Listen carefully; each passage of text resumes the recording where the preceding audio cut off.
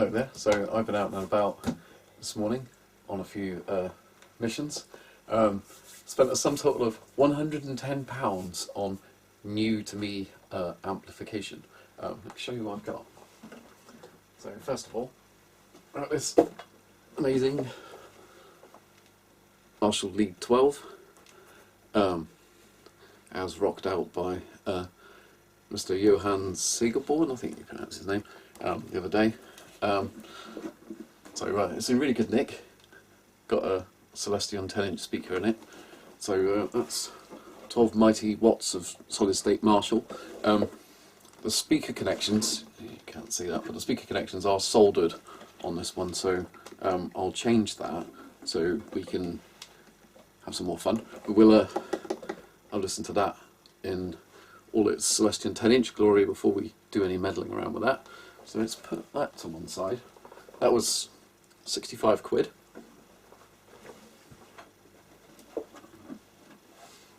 It's made in England. Old school. And next, this is really cool. So these are obviously supposed to be shit. Let me show you. So there we go. Marshall Valvestate little combo. This is like absolutely basic bottom of the range from back in the day. So yeah, Marshall Valvestate amps. Like back in the 90s, late 80s, 90s, I guess, I don't know. In that sort of time range, all the guitarists in crappy local bands with their wasp in a jam jar guitar tones would be rocking the Valvestate amp if you looked in their back line. Let's take a look at this thing. So let's get you so you can see the box. Where is it? There it is. Yeah, there we go. That's cool. So yeah, it's in the box.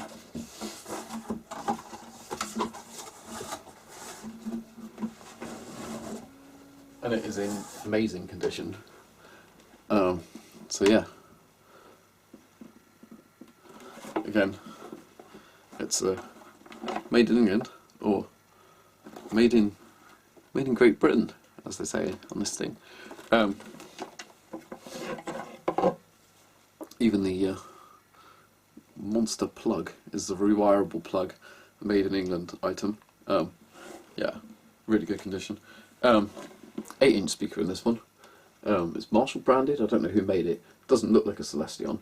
The speaker connections, as you can see on this one, are not soldered. They're just unpluggable. So we'll have a little play with this. We'll hear how it sounds through its own speaker.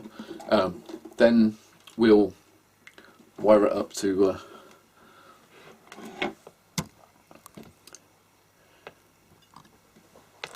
bit of stackage and hear how that sounds, and then we'll get inside it, have a look inside, and there should be one ECC 83 in the preamp section of this, and we'll try upgrading that to a Mullard, and we'll see what that does for the sound. Well, I've got a few options. We could try JJ, Brimar, Mullard, so we'll maybe mess about a little bit with that and hear what kind of tones we get out of it. But for now, I'll get it set up somewhere where you can see it, and we'll just hear it through its own internal speaker. Full disclosure, I had a little noodle on it already, and doesn't really do cleans at all. It always has that Marshall grit in it, which you know, you can expect. The Lead 12 seems like it does pretty good cleans. But anyway, that's not what we're here for. We'll hear what does distorted tones sound like. Let's get it going. Oh yeah, I almost forgot. It's also got the original handbook and some sort of little promo tag thing, which I suppose would have gone somewhere on the amp.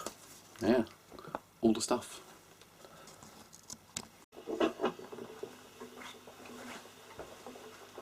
Okay, so we've got it hooked up, and give you a little blast on it.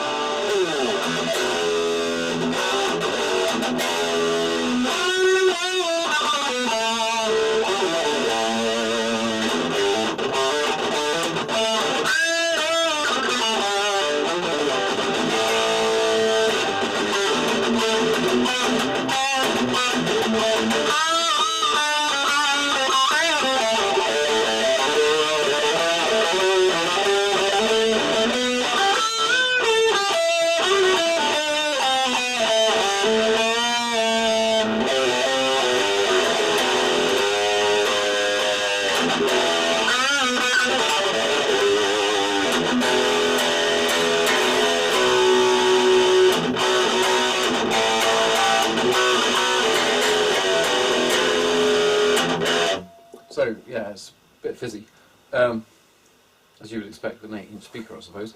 So let's stop that and disconnect its own speaker and connect it to Le Stackage. Okay, so a quick little bit of hand cam, shaky cam. So we've got the old Valvestate 10 up there on top of a stack of stuff. I'll show you what's going on around the back. Pardon me for the shoddy camera work. So we've disconnected its internal speaker, and we've got a speaker lead crop clipped. So the tip is hot or plus.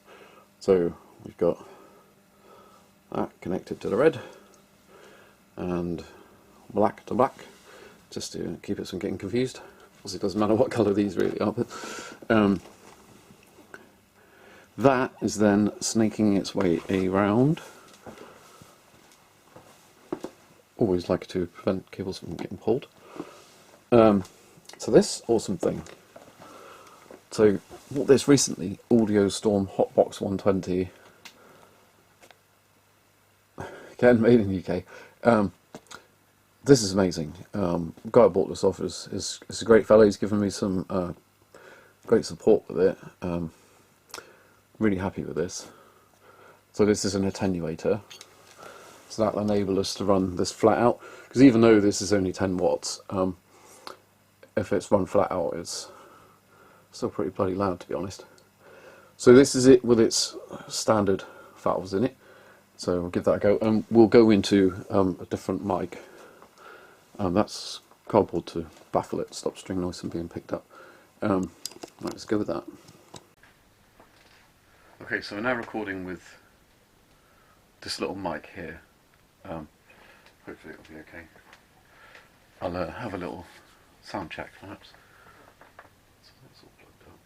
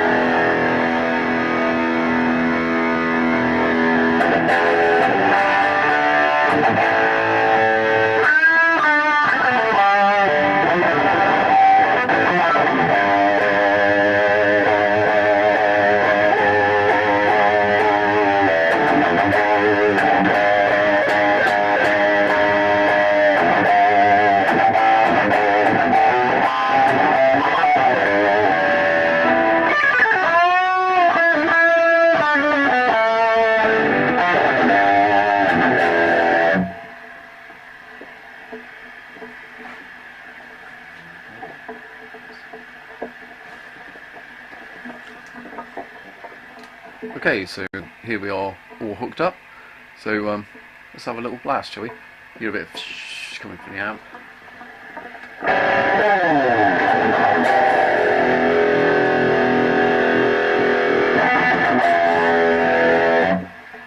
Got some balls to it.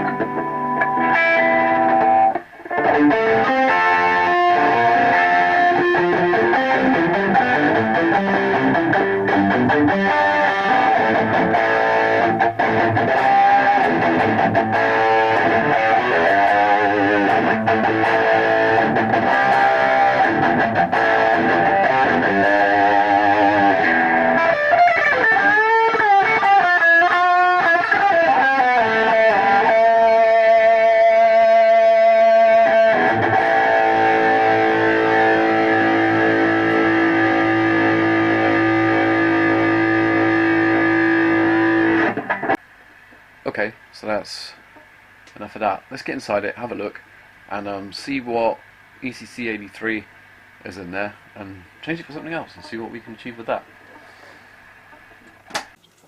Okay, so appropriate weapon selected. We'll have a quick swig of tea for courage.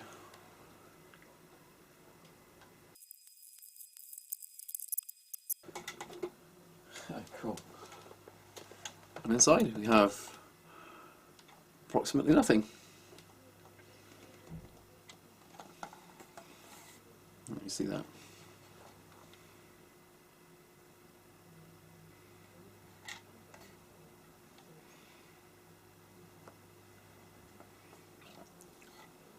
Dead spider.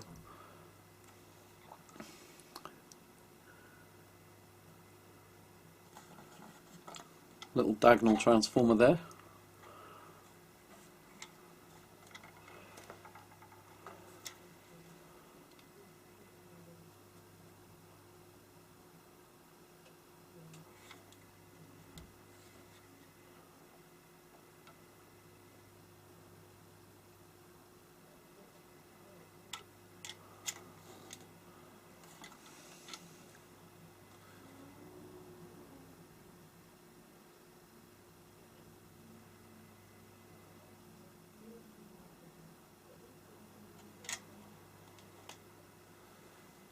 Isn't a valve in there?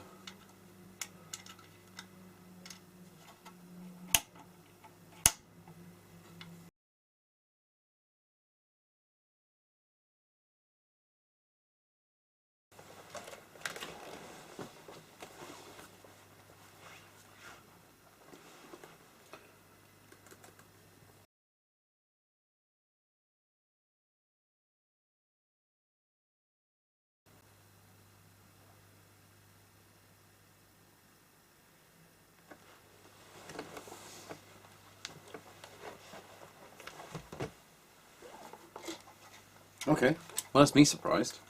So, despite saying Valvestate on the front, and all the Valvestate amps I've ever encountered, having a valve in them, an ECC83, there's no valve in here. There's a couple of diodes, so that must be where the clipping comes from. So, there isn't really anything we can do to change the tone of this. Huh, that's pretty amazing. So yeah, we'll ram this one back together. It's just like a little curio, I suppose. So as I say, I paid 45 quid for it, and that was probably about right.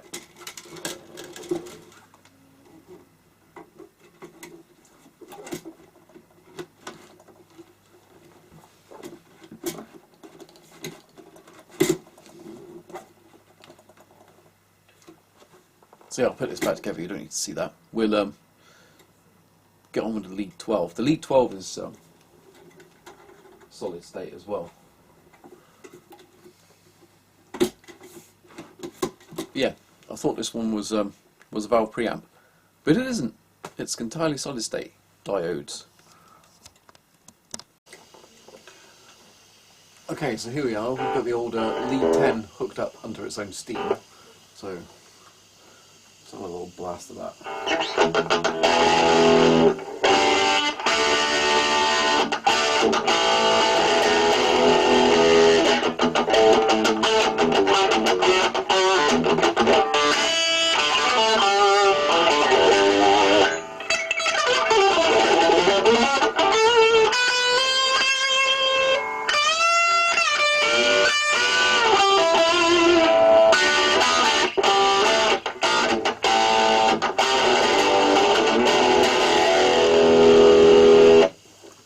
So it's not fizzy, but it doesn't really have much oomph to it. So in order to get this one to work through the stack, we'll have to desolder the speaker wires from the speaker. So I'll quickly do that. Okay, so let's get in here.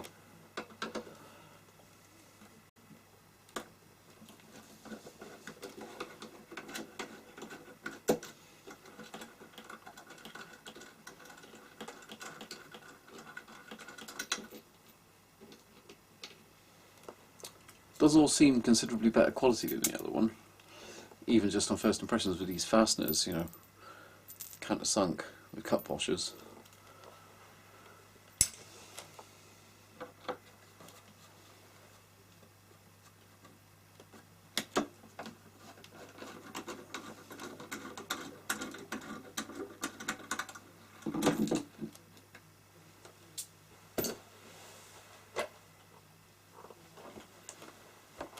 Again, we've got a rewirable English-made plug, but this time it's kind of integrated onto the amp chassis.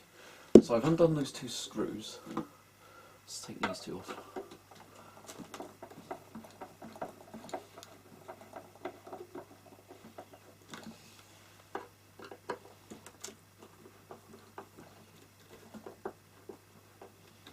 Let's just stick a supporting hand up there, I think, because the whole thing falls apart.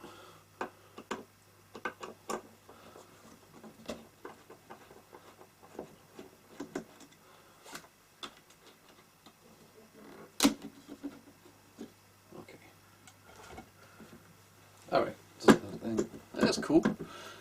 It sits on these two pieces of wood that support the back panels. That's quite cool. So it won't fall out on me. So, take it out. That looks a lot more like it. Obviously no valves in here, of course, because this is definitely all solid state, but yeah, looks a lot more like it. So how am I going to position this so I can get that soldered?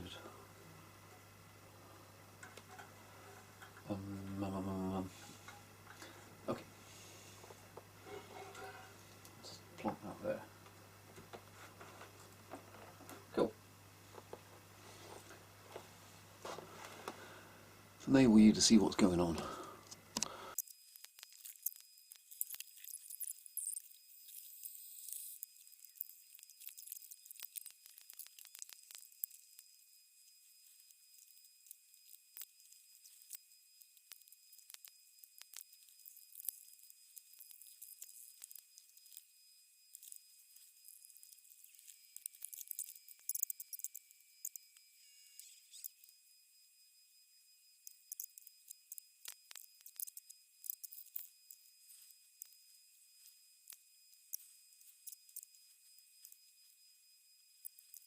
Okay, we're all crimped up nice.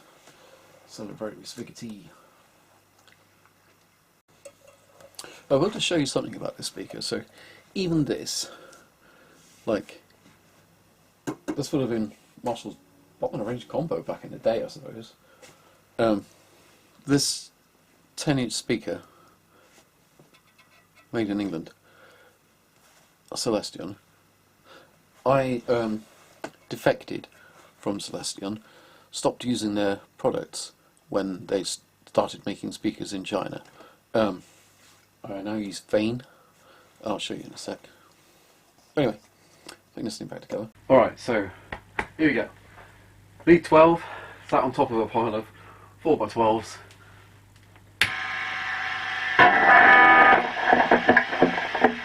See what we get aside from a load of we've got a lot